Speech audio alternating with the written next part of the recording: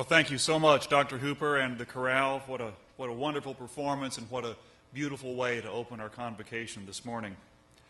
At this time, it is my pleasure to introduce to you the members of the platform party. I would ask that you hold your applause until all have been recognized. Dr. Edgar Manton, Regents Professor of Business Administration and MIS, who will be formally introduced in just a moment. Dr. Larry Lemansky, Provost and Vice President for Academic Affairs, and Dr. Lavelle Hendricks, Assistant Professor of Counseling and President of the Faculty Senate. Thank you all for being here today.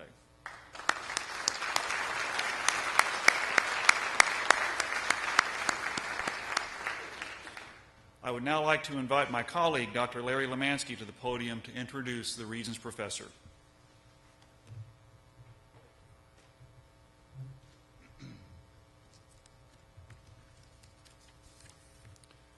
Thank you, President Jones.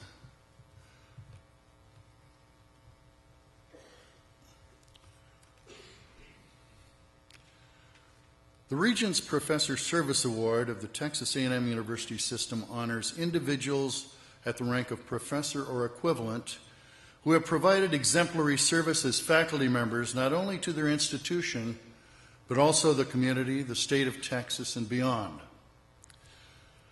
Former recipients of the Regents Professor Award include Chuck Arizi, Ted Hansen, Wayne Linick, and Stuart Anderson. Dr. Anderson is on faculty development leave and unable to attend, but will our Regent professors please stand so that we can recognize them?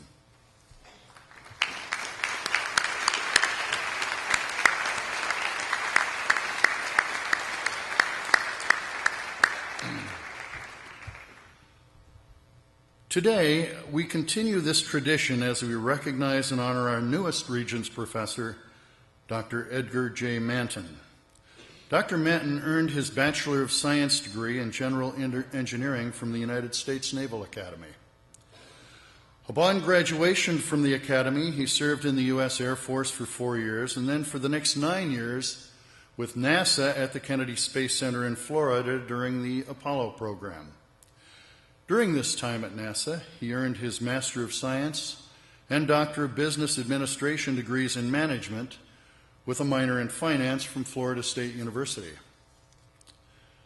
In 1972, he joined Texas A&M University Commerce, then East Texas State University, as professor and head of the Department of General Business.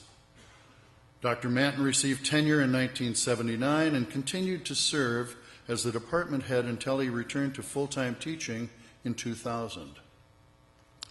Currently, Dr. Manton is a professor of business administration and management information systems. He has taught a wide variety of graduate and undergraduate courses and has been heavily involved in curriculum development for his department and college. He is wholeheartedly committed to teaching, research, and service, and he continues to receive outstanding teaching evaluations from his students. Dr. Manton has an impressive record of scholarly activities as well. He has authored or co-authored 80 journal articles and has participated in more than 60 regional, national, and international presentations. He has co-authored 3 textbooks and has served as a consulting editor for the Wiley Publishing Company for a textbook series. Dr. Manton's exemplary service activities demonstrate his dedication to the university and to the profession as well as to the well-being of students. Despite a full teaching load, his service record is both outstanding and varied. His accreditation expertise is recognized and has been utilized extensively by the Southern Association of Colleges and Schools, SACS, and the government accreditation organizations of Jamaica, Trinidad, and Tobago. He has also served as president of the National Real Estate Educators Association. Dr. Manton's commitment to A&M Commerce and his profession is evident in all that he does. He has served at this university for 38 years. He serves as a model of exemplary teaching, scholarship, and service. His work is vital to the well-being of Texas A&M University Commerce and the Texas A&M system. The recognition he brings to our institution is an important attribute of any outstanding faculty member, but especially one who has received the Regents Professor Service Award of the Texas A&M University System and is known as a Regents Professor. Today, the Texas A&M University Commerce Administration, faculty, and staff honor Dr. Edgar J. Manton as our Regents Professor.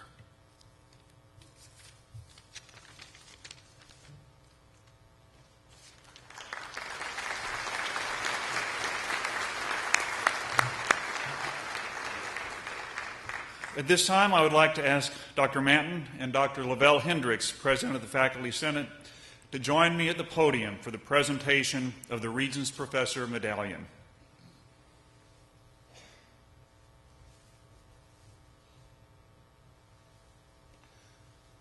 Professor Edgar Manton, by virtue of the authority vested in me by the Chancellor of Regents of the Texas A&M University System, I present to you the Regents Professor Medallion.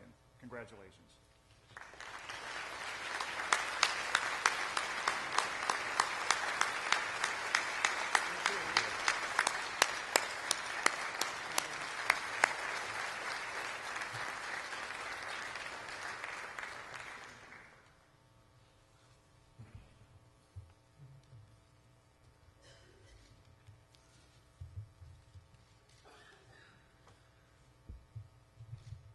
Wow.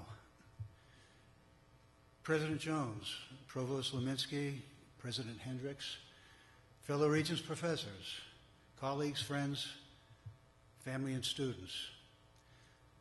For me, this is the most difficult part of being named a Regents Professor. In considering my topic for today, I wondered what I could say that would be worthwhile. What can I say that would be of significance? Sometimes very basic ideas can be significant. I remember the hotel magnate Conrad Hilton when he appeared on the Johnny Carson show some time ago. Carson asked, "Mr. Hilton, you are a giant of American attainment. You've built hotels all over the world. Turn to that camera, look your fellow countrymen in the eye, and tell them the one thing, based on your life's work, that you would like them to know." Conrad Hilton turned to the camera and said, "Please put the shower curtain in the tub."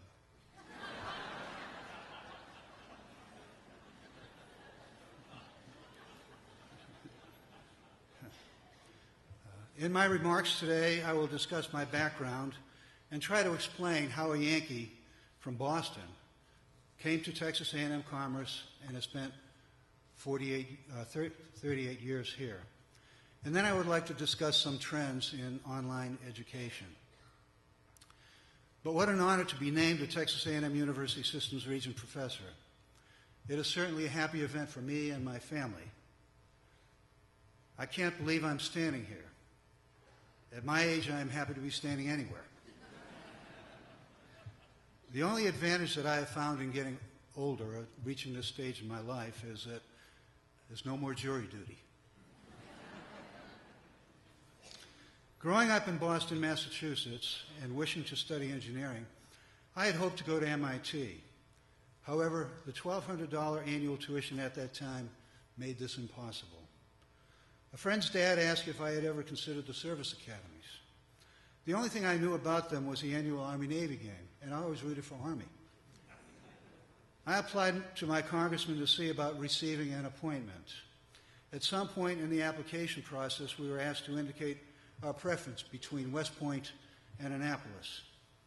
After very careful and thorough analysis and consideration of both institutions, their goals, objectives, Army in a foxhole, Navy aboard a ship, I selected the U.S. Naval Academy.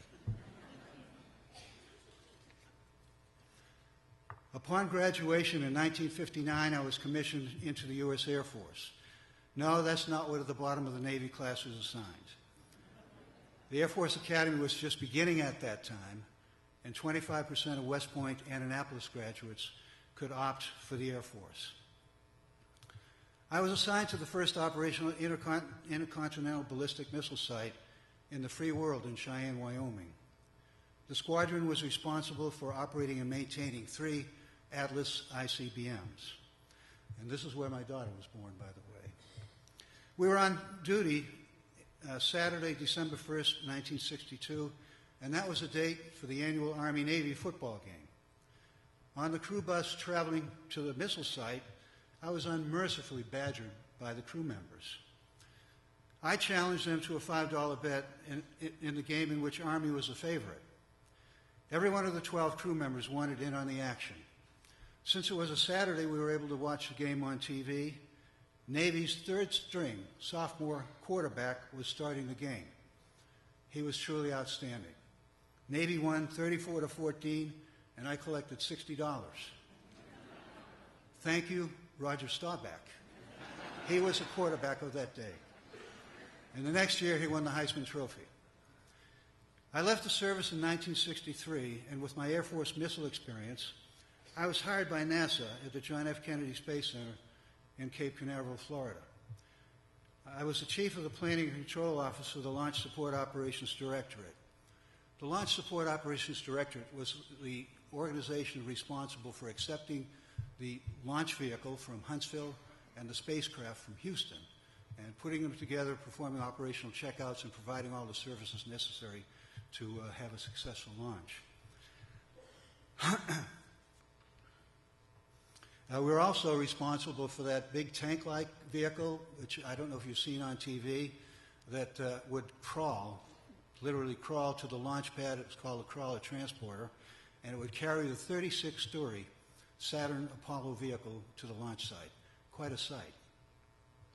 I remained with NASA for 10 years through the Gemini and Apollo programs. We were there to enjoy the tremendous successes of the program, highlighted by the Apollo 8 trip around the moon and the Apollo 11 landing on the moon. These were truly exciting and wonderful years. I left NASA in 1972, shortly before the launch of Apollo 17, the last Apollo to travel to the moon and the last time anyone has been to the moon. The next program, the shuttle, would not come into operation until early 1981, some 9 years later. A very good NASA friend who had preceded me at East Texas State University had arranged an interview for me with Dean Graham Johnson. And here I am, some 38 years later. I was hired as the head of the General Business Department, a position which I held for 28 years, and without a search. Has the statute of limitations run out? I hope so. East Texas State University, Graham Johnson was the first dean of the College of Business, which was established in 1968. He sought accreditation by the Association to Advance Collegiate Schools of Business, AACSB, when only 8% of the colleges of business in the nation had achieved this very, very prestigious accreditation.